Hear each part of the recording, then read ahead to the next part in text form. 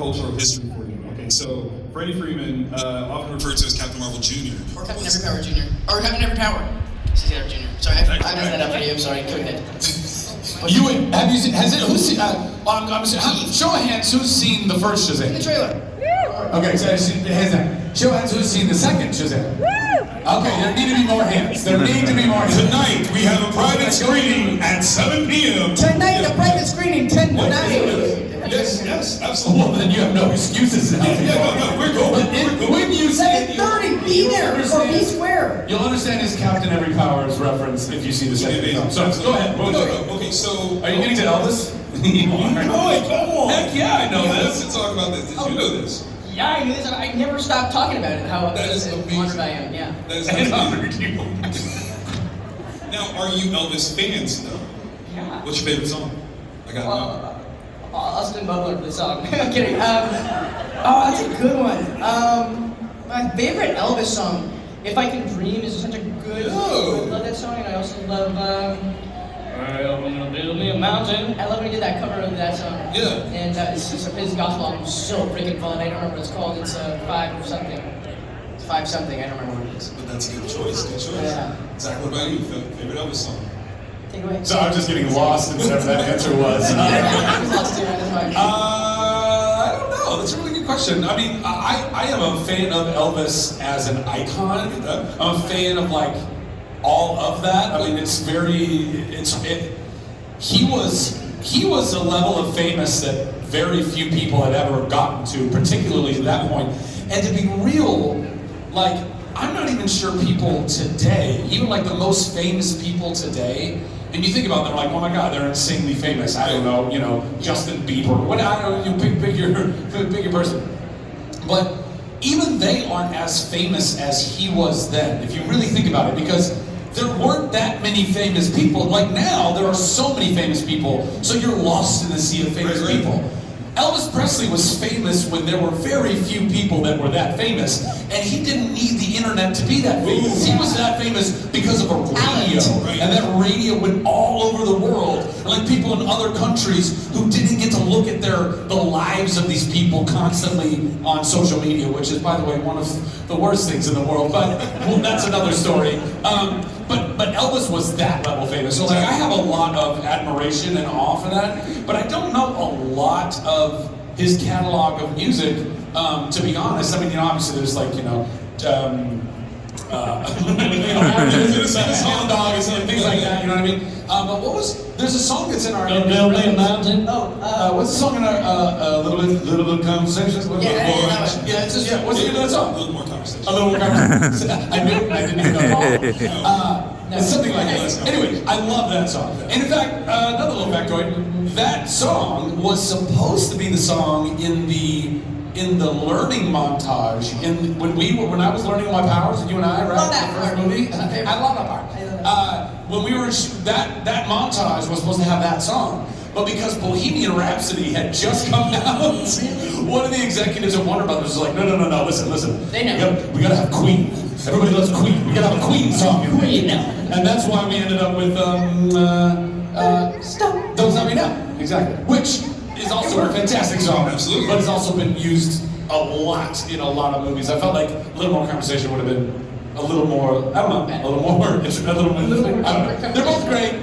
Factoid. Next question. Love it. But actually, we never even touched on Elvis loving Captain Marvel Jr. so much. You were the costume, and that's why you brought it up. I'm Exactly. Well, because there was so much of his costuming and stuff like that he actually started to adopt. Yeah, the cape. Exactly. The cape. I mean, literally, Elvis's cape comes from Captain Marvel Jr., which is Junior. And keyword Junior. And Elvis has the whole like a TCB, taking care of business, like yes. he and his guys had. And their symbol was the lightning bolt. It's the literal Shazam lightning bolt. Yes. It's insane, bro. Super dope. Super dope. Okay, so we're in this new era, this renaissance of superhero movies. What was your first superhero movie that you remember watching, and how old were you when you saw it? Jet. See, I don't remember what I watched a week ago. What was the first superhero movie? It was probably Night King's Batman or Tim Burton's Batman. Nice. Yes. 89 Batman. Tim Burton's Batman was your first one? Probably. I mean, when did Dark Knight come out? Dark Knight. When did Dark Knight come out? That's Nolan, so that's Yeah, I know. 2008. Yeah, so then well, then I don't know. I love Batman, and I wanted to see the Batman movie, and I'm pretty sure my dad showed me the Batman movie when I was like 5 or 6 or something, and I loved it. And then I saw Dark Knight, and then I saw Batman Begins, and the third one, Batman Loves It. What's it called? Dark Knight Rises. Dark Knight Rises. That's right. Batman loves it. Batman is the Batman. It's all about just him and all this bat stuff. And he loves it all. I think the first comic movie I saw was Comic movie. Yes, I think it was probably Christopher Reeve's Superman, Dawn of Superman. Classic. Probably. Classic. But I don't know. You know, when you're a kid, those are all like fever dreams. You don't really remember all the things that you did exactly when you did them. But Like I mean, knowing that I was born in 1980, it was probably It was Dawn of Superman. Then Superman 2, probably, and then, you know, like 89 was Batman, right? Yeah. Right? Which, Changed the game. I mean, dude, Tim Burton. And it really needed somebody like Tim Burton, I think, to kind of make comic book movies really begin to live the life that they need to live, because he's such a visionary type of a person. Absolutely. And paints with those different types of palettes that fit into, you know, what a comic book kind of brings. If you were to bring it to life, it should kind of look like that. Exactly. Yeah. Love that. No, that's fantastic. Okay, so when it comes to making Shazam, what was that road like to build into this shared universe? You guys getting to plant your flag. How long was that process of you getting cast and then the movie comes out? How much time had passed in that? Well, I mean, I got cast. And I got cast in the very last. It was like the last second. Like they cast me at the last day they could possibly cast anybody. Wow. Before they could, because they needed to do a scan of whoever got cast. They needed to do a scan of my body in order to build the suit. And the suit, they had a back time. It was like we needed 6 weeks to build the suit, and they knew we were started shooting like it was the beginning of February, I think. And why am I asking him? He doesn't remember anything. He's a child. Yeah, like beginning of February of 2018 is when we started shooting. So I don't know, man. I got cast, and right away I got thrown right into it. And I'm pretty sure like we all got cast kind of around the same time. But they already knew this young talented man and knew that we're gonna cast this guy. Friendship. They did. They knew, yeah, they already knew about his immense talents. I think they were kind of scouting you from it, even, right?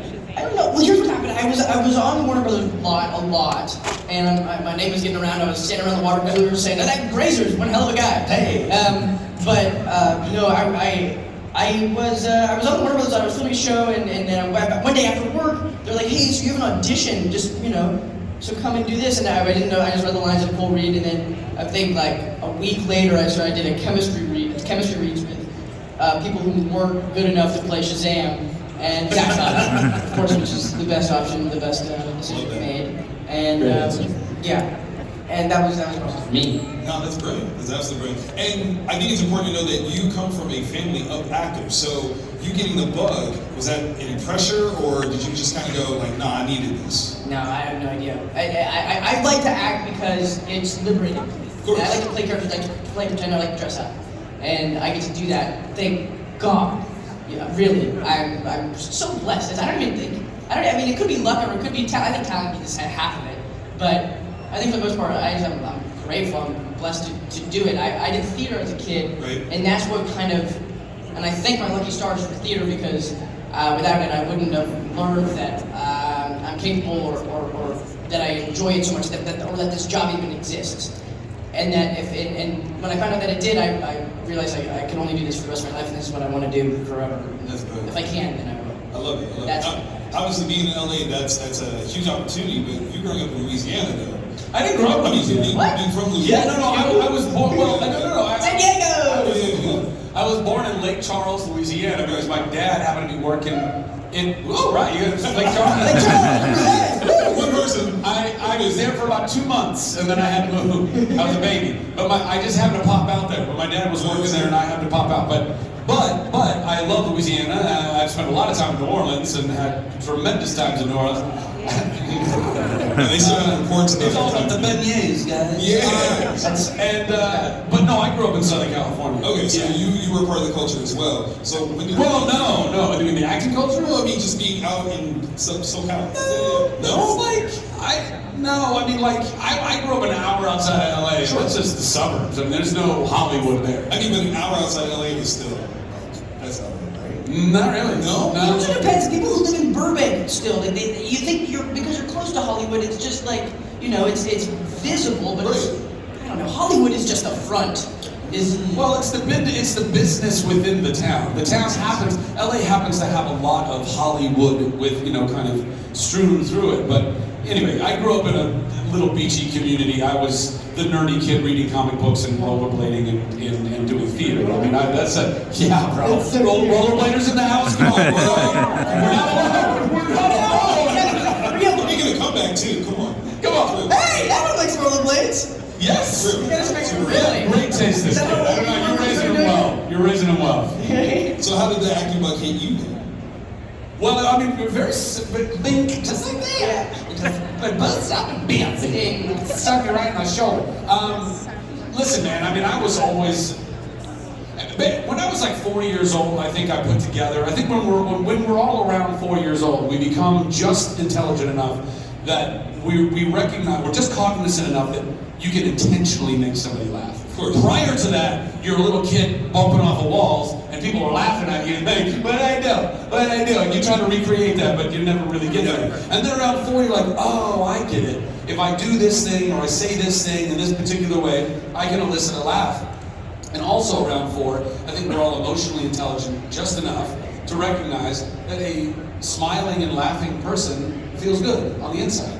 And I became addicted to that. Okay. I just want, if I can make it, it's a magic trick and I can make people feel good. I just want to make people feel good. Now, that in some ways I think came out of a really wonderful place, and a thing that God put in me ever since I was a soul before I floated down here. And some of that was also because I came from a really dysfunctional family. And I was trying to find myself, and I was a middle child and the only boy, and I had parents that fought like cats and dogs. And all of these things can be detriments or things or hurdles in our lives, and or they can be great gifts that we are given that can make us stronger and make us better at doing certain things. Well, make some noise for that. Right? Yeah,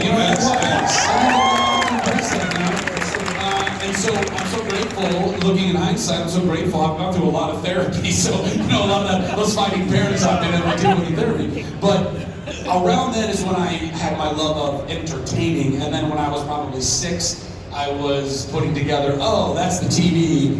There's people on the TV, they pretend to be other people. That's like the thing that I do. Oh, and you get paid for that? And then I was like, okay, well, I want to be an actor. And then I found theater, because theater is the natural first step of any young person, or even not young person. Anybody who wants to go be an actor, go do theater first. Go do lots and lots and lots and lots of theater. And really, yes, theater, come on. Just don't try to skip those steps, because it's important. These are all very important building blocks to being a good actor. And there's a lot of people in Hollywood that are really great actors because, like Dame Helen Mirren, by the way, who's in Shazam, she's fantastic. She's like classically trained actress. And then there's a lot of people that come into Hollywood and they're a lot of charm and they're a lot of personality and they're a good look. But when you peel it all back, there's not a lot of scaffolding of acting talent. Of course. And it's a lot of times it's because they never started in theater. That makes sense. Way to build it up. I want to offer a chance for you guys to ask some questions. So we've got the 2 microphones here. Yes. Feel free to line up. Just do it carefully, quietly, if you will. But I do want to give you, Zach, a chance to shout out. You talked about how smiles, making people smile is so important to you. And that was a big function of Nerd HQ, to raise money to help other people smile. Yeah. And I think that's such a brilliant thing, and hope that there's an opportunity that you're going to keep that flourishing and bring some. Listen, if I can find, did anybody here ever go to a Nerd HQ? Well, I know you guys did. What's that? Well, has anybody ever seen Nerd HQ online? Or Yes. Listen, it was a tremendously fun, magical experience for about 7 years. And I wish we were still doing it. And I hope that one day I get back to doing it. It's just going to be a matter of finding the right partners who can help me go and run with that, because I have a hard enough time just taking care of the responsibilities that are on it right now, and that's a massive thing. It's a full 501c3 now. I need somebody who can help run that, help figure out how to build out the event side of that again so we can go do these events again. But yes, when we did Nerd HQ all those years, our a beneficiary, a nonprofit beneficiary for all those years was Operation Smile, who, if you get a chance, you want to go check them out, they're an incredible organization, and they go and provide very life-saving, life-altering, life-saving operations to people in a lot of third world countries, developing countries, specifically with like cleft lips and palates, but they do a lot of other stuff. And by the way, and if you check them out and they're not somebody that you feel like super inclined to go be about, that's all good. Go find something to go be about. Go find some philanthropy, some nonprofit, something that you can go give of your time. It doesn't have to be. You can give time, you can give energy, you can give finances, you can give talent. There's a lot of different things that we can give back in the world, but there's a lot of people that need our help. So if you have any of those things, and you have even a little bit that you can offer, I highly recommend it. It's great for your heart, and it's great for your soul. Let's talk to some people who are standing in line right now. We'll start with this side. Yes, miss. Go ahead. Hi. Thank you so much for being here. Happy to be here. I just wanted to ask you both, what is like the biggest takeaway that you both have from filming both of the films? Biggest takeaway that you've had from filming? A great friendship with the best big brother on planet Earth. Hey. Oh, that was a lie! You fell for it! I hate this guy! Trapped him. That is really true. I love Zach, and I love the cast, and I made incredible friends that I will have forever. And I'd echo that. I mean, I think for me the biggest takeaway is always the human beings that are involved. You know, like it's so cool that I get to play this character. I don't tell my bosses, but the fact that I get paid for it is like the crazy about this. I just get to be a kid and to get paid for that with superpowers, like it's ridiculous. But all of the time in between takes, like I bring a big speaker and play music, and we just hang out and try to enjoy life because I think we should to the extent that we can, and the extent that we get to like bond as an actual like Shazamily. And you know, the second one we shot it in Atlanta, and you know, we'd have pool parties and barbecues, and like that's the stuff that I take away. Like that's the real stuff in life. Yeah. The connection. Yeah. That's Thanks for the question. Thank you guys so much. Yeah. Awesome. Thank you. Hello. All right, during that horrible thing called quarantine, one bright spot of mine was getting up in the morning, getting my kids out of bed, making breakfast, and every day we watched an episode of Chuck. So, I can just say thank you. How many Chucksters in the audience? By the way, there you go. You're welcome for the easiest cosplay ever. Just in case anybody was wondering or going to ask, I am still, I swear to God, I am still trying to make a movie. I swear to you. We might all be geriatric versions of ourselves by the time we get to this. Adam Baldwin already is. But anyway, the point is, Adam's excited, nothing but love. But I still want to make it happen. Yes, go ahead, sir. What's yours? You answered it. Oh, great, okay, great. Psychic. Zachary. Superpower. Hello. Hi.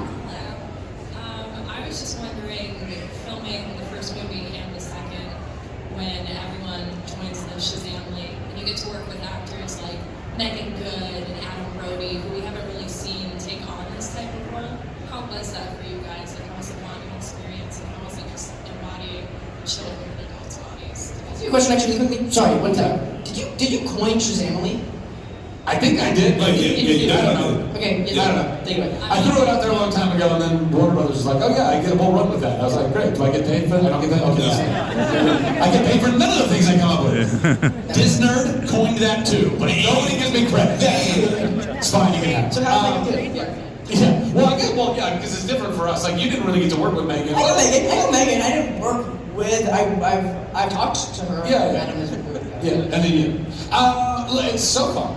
I mean, I known Adam and Megan as an actor. I liked their work prior to getting to work with them, and it was also kind of interesting because Adam and myself are both. Josh Schwartz created both the OC and Chuck, and we're both kind of like his cipher in both shows. So we both got to represent that whole situation, and I don't know, it was really kismet and fun, and they're wonderful people. As is Ross Butler and Grace. Yeah. What is Grace's last name? Grace Carew. Grace Caroline Carew. Curry. She married Tim Curry. Yeah. I just made a Brandon curry. Brandon. Friend of Brandon. Very different curries. I mean, it's a little different too, actually. Very, yeah. And DJ Katrona. Oh, my like, God. you know, but also, I get the benefit of getting to work kind of with both casts a lot. Like I got to work with all the kids in the with all the kids in the first movie, and then a little bit in this one too. Well, actually no. We can talk about why that is, but some of you haven't seen the second movie, and we don't want to spoil that. So it's just been fun.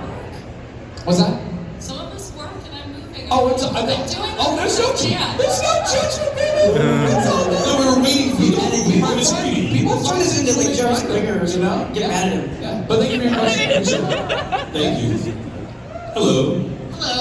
To continue on the theme behind the scenes on set, can you share a favorite prank or blooper or something fun going on behind the scenes? Well, I'm one of the least fun people when it comes to like pranks and stuff because I don't play them. Because I genuinely am always feeling like I don't want to inconvenience that person's life. You know what I mean? This guy. That's the antonym of my motto. Yeah. My motto is inconvenience constant. This guy went up to Asher in a scene and took like some baby powder, talcum powder that they were using for something, and basically just like squirted it all over Asher and his outfit, and then just ran away. Just ran away. I And let acknowledged Asher it have first with and then that. ran away. Yeah. Yeah. I also did a really good prank. I walked on water. I won't expose how I did it, but we had a water scene and I walked on it. Thank you. No, you. That's amazing. I I have mean, no idea what he's talking about. Yes, sir. Alright, so first I want to say, Zachary, Levi, I love you and Alvin and the Chipmunks. Thank you. I finally found all the chipmunk fans. Did you know to love the rest of the world? It's called Alvin and the Squirrels. Wait, what? They don't have chipmunks? No, because chipmunks is kind of like a colloquial term for a squirrel in America, apparently. Like in like Latin American countries and stuff, that it's not Alvin and the Chipmunks, it's Alvin and the Squirrels. I laughed so hard when I found that out. Thank you, I appreciate that. Pew, pew, pew. What's your question? So like James Gunn and everything that's happening at DC right now, they're introducing so. Oh, very different than Alvin and the Squirrels. Okay.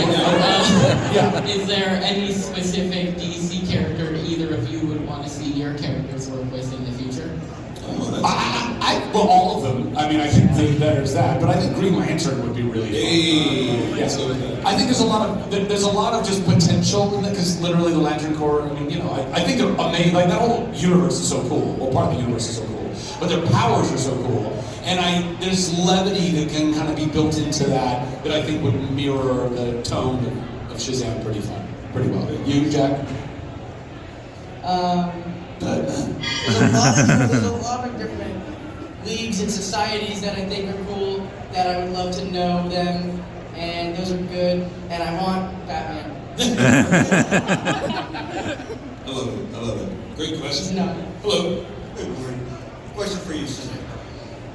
How often did you actually pull out your Domer pile when you tried to say Shazam? Shazam. Often, not while working. But there are a lot of people that know that reference and whenever they bring it up, I'll joke with them. I love it. You know what I mean? I love all of these. It's so interesting that the character really is such a foundational to all of comicdom. You know, like it's a foundational character, but kind of got lost in everything. And partly because Fawcett ripped off Superman in order to create him, but then created a really cool character in that because Superman was this alien from another planet and Captain Marvel was Billy Batson. He was the original touchstone for all kids who wanted to be a superhero, like we all did. So there's something very special about that. And then so that's why you would have characters like Gomer Pyle that are referencing that, and even like, you know, in the original Tobey Maguire Spider-Man when he's trying to figure out his powers and he's Shazam, right? Yeah, like all that is tied to that same kernel of really funness. And the same thing with Elvis, you know, all of that. Like there's some really cool stuff in that. So yeah, I mean, I love that I know that reference and I love sharing it with people. That's awesome. Yeah. Thank you. Hello. Hi.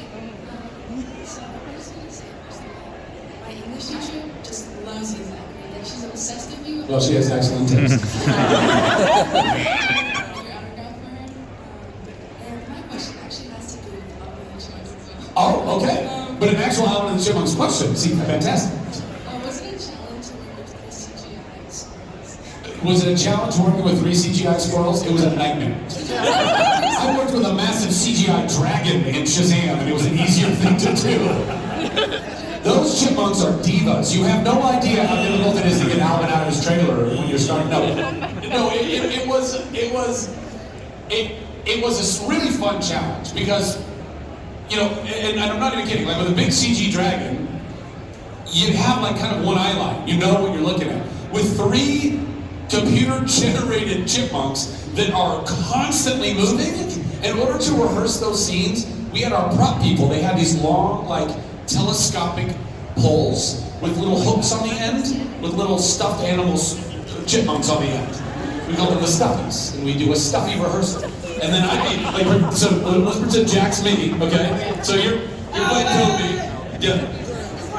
Yeah, that's pretty dead on. And so then the prop people one would have 2 chipmunks and one would have 1 of these poles, and they would walk the squirrels like beat by beat, like, oh, look at there, like I'm like, hey, Theodore, like Theodore's on my shoulder talking to me, I'm like, oh, well, hello, Theodore, and then Alvin's running along the back of the couch, and I'm gonna track my head over there, and then Simon's running up on the TV and all that stuff, and we would bounce them around the scene, and I'd have to memorize where they all were, because then we would shoot it and they would take them all away. And I had to just look like a crazy person, talking to myself on my shoulder, watching them running on the couch, and hey, get off that television.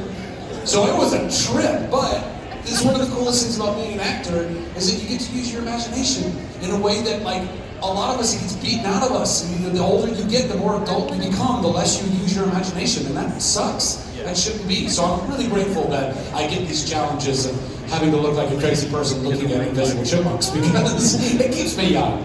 It's working. It's Ever working. want to work with 3 imaginary chipmunks? Are you asking me? Yes, would you like to? Yeah. I know them. Would you like an intro? Can I? Absolutely. You said one of them's a diva. Yeah, It's Alvin's the diva. Listen, he's got his own letter on his shirt. Of course he's going to be the diva. He's Alvin, he's a big one. I mean, the famous one. So. Yeah. I would love to, yes. Great. Thank you. Hello. Hi, I'm Kurt. I just want to compliment Zach and Jack for the latest movie. I loved it. It was great. Thank you very much. Very inspiring. I just came away with it. You know. It's a good one, right? I mean, it's in the feels. I loved it, actually. Yeah, it was great. So I have a question that is kind of out there, but We'll be the judge of your that. imagination.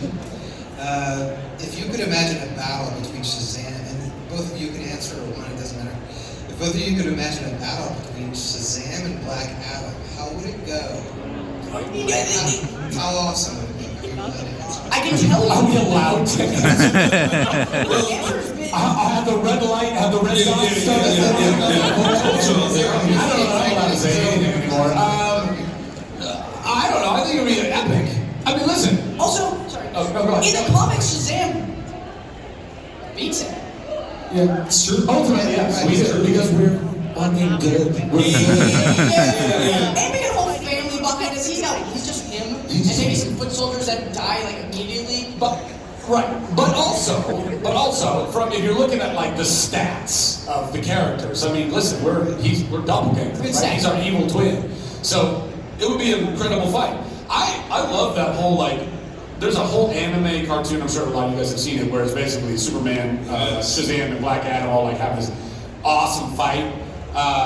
You know, like that kind of stuff. I think that would be really cool. But I think ultimately good wins. That's what I believe anyway. That's what I want to believe. I believe the good always wins over evil.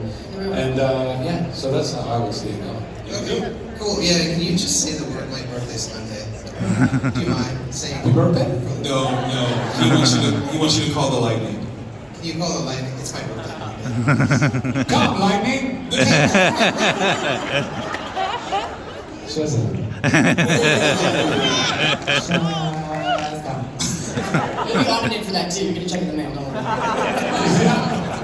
That is a performance. Hello. So, Zach, so I put that you were doing figurative letter in life. What was like your favorite like play musical that you did? Well, I played the the Scarecrow Wizard of Oz twice. I don't know what they're trying to tell me. But at least I've got a heart and courage. But it's a really fun show. I really love The Wizard of Oz. I think it's a great show. You know what, honestly, there's a show called Big River, which is basically a musical version of The Adventures of Huckleberry Finn. And it is a fantastic show. And Roger Miller did all the music for it. And I played Huck, naturally. And I highly recommend it. If you ever get a chance to go see that show, it's ever around, or go listen to the music, because I'm sure you can find that on Spotify or something, but it's a great show. Thank you. Yeah, of course. All right, so before we get to the next question, we got like 5 minutes left, so how apropos, lightning round. We have to do it super fast, right? Movies, let's go. Go. Okay, so I saw you guys in Steel City Con, so I'm super stoked to see you guys again.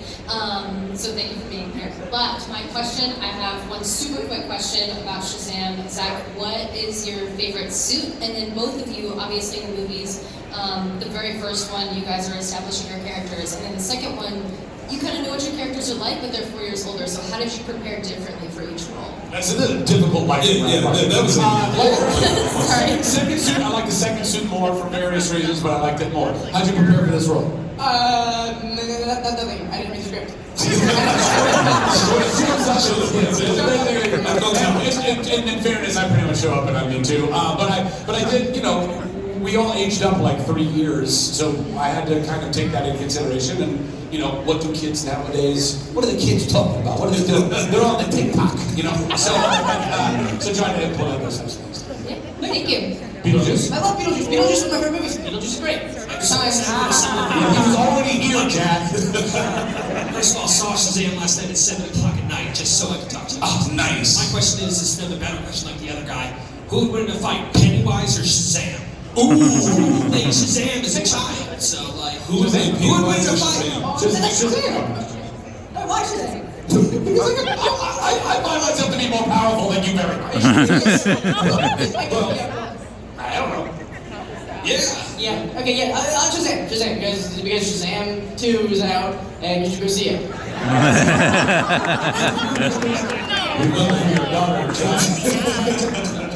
Go for it. Alright. So I love both Shazam movies. Thank you. And when I was younger, I watched the Tango movie. Excellent. Absolutely. Tango fans in the house? It's the smoke and show us. Oh, yeah, sure, this one. James Gunn.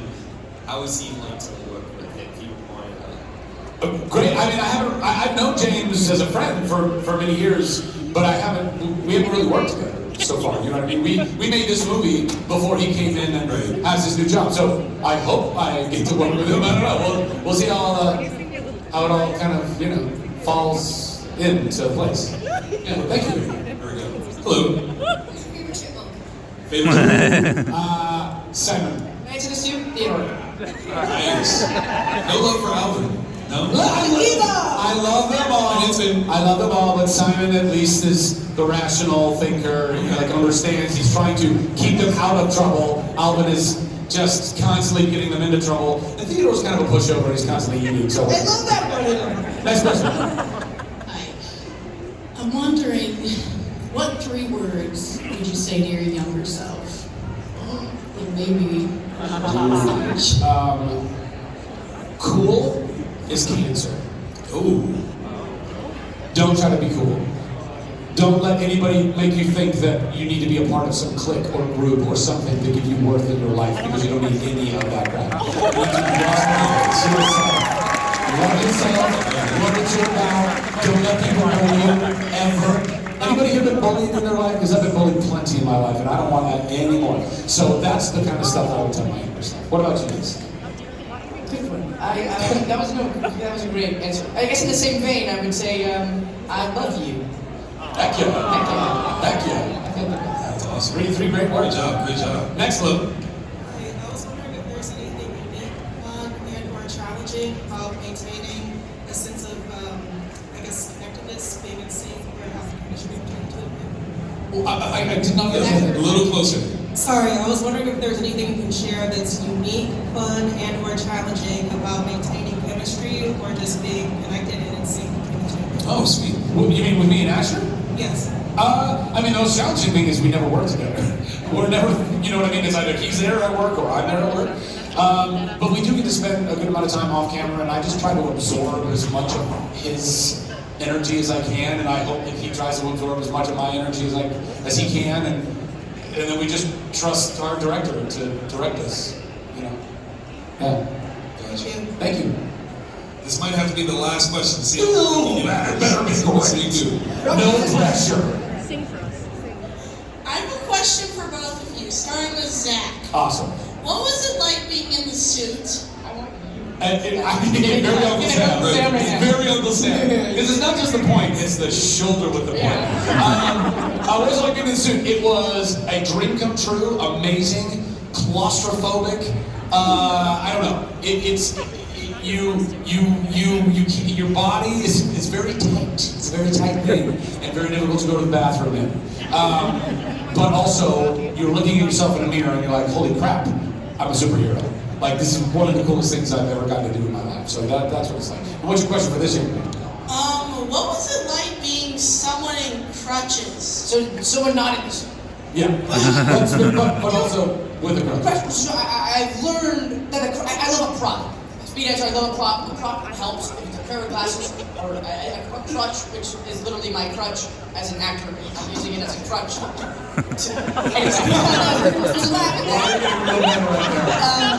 Yeah, and I love it. I also, I did a lot of training. He did a lot of great stunt flying training. I did a lot of walking upstairs with the crutch. That was following up. So, I love my crutch. Thank you. So technically we are supposed to stop. Do you guys want to try to get through these last few? I think we should. You guys know? Go for it. Hi, what's up? What's up? This is a really bad question I was going to ask. What is it like learning the script? But what is it like being famous? Go! It's a loaded question. It's it's a very layered, complicated answer. It's a yeah. I mean, listen, there's definitely parts of it that are incredibly awesome, and the type of favor that you get, and the type of love that you get from people, the all of that stuff, you know, that can be pretty. People like to give you free crap. I mean, there's a lot of fun things in that regard, but also you're being blown up all the time. And people judge you all the time. And they judge you really unfairly all the time. And that kind of stuff sucks. But also, that's, you know, I knew what that was when I signed up for this. And I try to do my best. I try to live the best life that I can and be as deserving of this incredible life that I've been blessed with. And I think the most important thing if you're famous is to use that fame, use that platform, use that privilege to go make other people's lives better. And if you can do that, then you're doing a great job. What's it like being famous, Jack?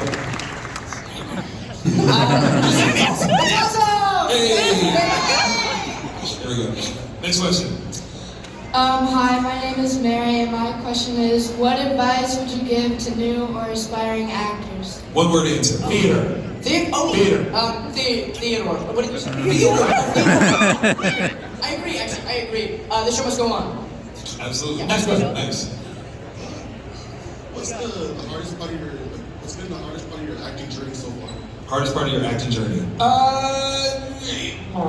Constant rejection. It's just constant. I've been doing this now for almost 25 years, and I can tell you that the amount of times people said no to me versus the times people have said yes to me. Here's the yes column, and the no column is way up here. But you can't take it personally. Yeah. Even though you are the product, it's not like we go door to door and sell vacuums. We're like, hi, I'm selling me. Do you like me? Oh, you don't like me? Oh, how? You know, it's very difficult to not take that personally. But you can. You know, so that's the hardest part of it. I will want to reassure his point more faithfully. I've never thought of it as rejection. I think of it the casting director, they don't know what they're actually looking for until that thing walks into the door. So it's really not a problem with you. It's about the movie. It's about the movie. You can't. It's not. You should remove yourself from the picture. You're just the vessel. You're just the antenna for their project to be moved forward. And even if it's. But I think doing it for yourself, continuing to play and be in the mirror and dress up and love yourself and do all the fun little things that you do in your own free time, to continue to stay in that headspace. You're doing this for you. That's wisdom. Listen. And also enjoy the audition process. You're going there to learn and gain a thicker sense of skin. You're growing as a person. You're challenging yourself more. I think that's an enjoyable process as well. I think of it at that. Awesome. Well done. Take it. Yeah. Thank you. Thank God we got to the Tubby. Yes. Hello. Come on, Tubby. Come on, Dinky. Or whichever one you are. Which one are you, by the way? Grape jelly flavor. I'm Tinky Winky. Listen. Oh, Jack, I know you worked with Bill Skarsgård. Is he as scary in the movie as he is in real life? He is so fun, and I love him. And he's not scary, he's so nice, and he's great. He's not scary. Thank you. Hello. Hi. Hi, for Zachary. Favorite moment voicing Eugene Fitzherbert either from the Tangled movies or the Tangled TV show? By the way, thank you for calling me Eugene Fitzherbert. Only the real fans know what's up. Favorite moment voicing Eugene. Oh man, I don't know. You know, I really love that little rant, like after we've just survived death and come up from the water and she's healed me, and I'm just like winging out on the shoreline. That's a real fun memory. Yeah, love that. Nice. Hello, sir. Hey, how's it going? Mortal Kombat? Yes, sir. All right. Sub-Zero wins. Is anybody watching Last of Us, by the way? Oh, man, I love it. Did you play the video games? Yeah. Okay, anyway, sorry, it was Mortal Kombat. Okay, go ahead. All right, if NetherRealm Studios somehow, some way creates Injustice 3, and let's say they want to bring back Shazam because he got killed in the first one. Right. Zach, Spoiler alert. Zach, would you voice the character? I would love to listen. If anybody comes to me and wants me to officially voice this character in any way, shape, or form, I would love to do it. It's the same thing with Eugene Fitzherbert, Flynn Rider. If they come to me and say, hey, we're doing this thing with Flynn Rider, I'm like, yes, I'd like to do that. And part of the reason why is because when I was a kid, some of you can relate to this, I remember watching some Saturday morning cartoons. And those Saturday morning cartoons did not have the same voices from the movie. And that pissed me off. This is not Robin Williams, Genie in the cartoon. No. Right. Where is Robin Williams? So I'm like, I am never going to do that. I'm always going to ensure that I'm that guy. Well played. I like that. That's it. We have one more? That's Last it. one? I don't mind. Oh, yeah. Hi there, I'm Andrea, and I work for an organization, and we train foster parents. And so this is more of a shout out to you guys. And thank you for showing that kinship, that foster care, and that chosen family. Yeah. That chosen family. And what would, well, I guess this would lead into the question, what's some encouragement that you would give kids who are in foster care? Because they're always looking for a hero in their life. Well, I would say that I don't know that I can't relate to it, obviously, but I can assume that there's got to be something in the heart and the mind of a kid who's going through the foster care system where they are afraid that they are somehow missed out on what a family is supposed to be, or missed out on what love is supposed to be, and that's a lie. Because there are a lot of people born into families, and they still don't feel that love even within their born family. And we can all find incredible love in our chosen families. And so I just encourage them to truly believe that there is nothing but love for them to find as they march their way through their life and the journey of their life. Absolutely great. We're going to do it. Fans from Cleveland, make some noise!